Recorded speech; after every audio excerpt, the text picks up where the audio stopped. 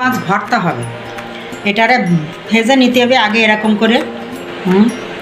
কারণ এটা ছাড়ালেই সব উঠে আসবে। হ্যাঁ, এরকম করে ছাড়াতে হবে। এই যে মাঝখানের একটা কাটা আছে, টান দিলে এই উঠে যাবে। এই যে উঠে গেল। এরকম করে টাকি মাছগুলো সব ছাড়াই নেব। আর শুকনো জাল, রসুন, পেঁয়াজ, 2টা কাঁচামরিচ আর হচ্ছে লবণ, এই 3টাকে ভাজতে হবে। ভাজে তারপরে আমি আপনাদের দেখাচ্ছি। আগে এটা ছাড়াইনি।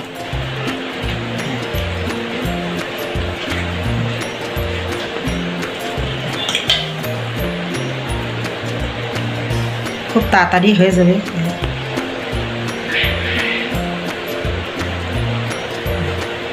টান দিলে এমনি উঠে যাবে।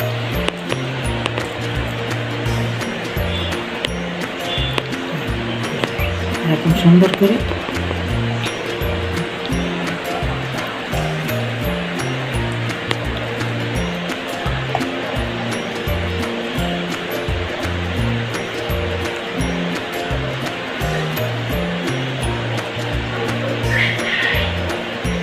সুন্দর পরিষ্কার করে বাছতে হবে।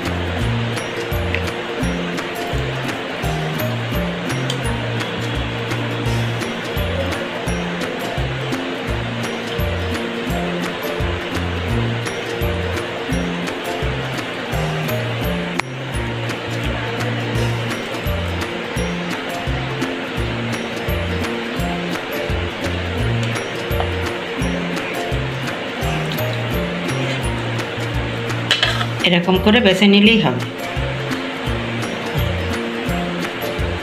সুন্দর করে বেছে নিয়ে এখন এটাকে ওইটা ভাজবো, তারপরে এটা বাটবো, তারপরে দেখাচ্ছি।